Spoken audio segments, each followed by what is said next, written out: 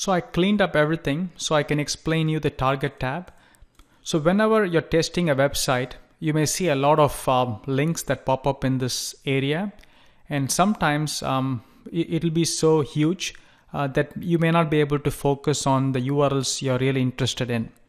So let me show an example. So let me go to the browser and let me go to yahoo.com.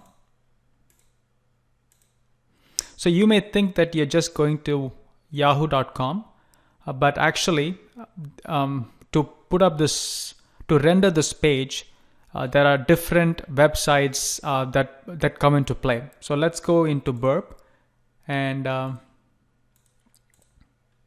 so if you look at here, there are different URLs that make up that particular site. Similarly, if you want to go to let's go to CNN.com.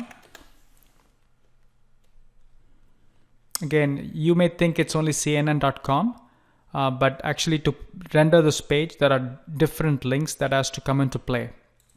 So if you go back into this, you can see the number of items that is showing up in your Burp.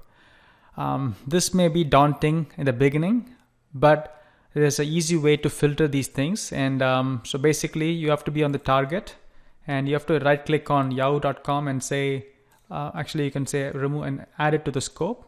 Similarly, if you just want to see CNN, right click and say add to scope.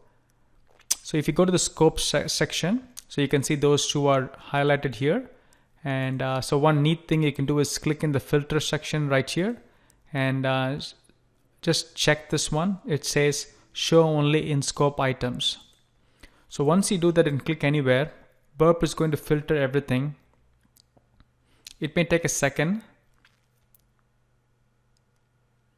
So you can see only the two right now.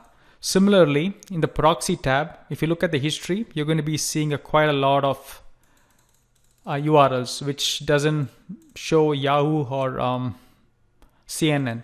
So similarly, you can go to the filter here and you can check this one and then click anywhere in this window here. And the only links you see now are CNN and Yahoo. So this makes your life a lot easier whenever you're testing your website. And also you can focus on just those URLs. And that's pretty much what you have in here. So if you want to remove anything from scope, you can click the add button here and you can easily add it to this section.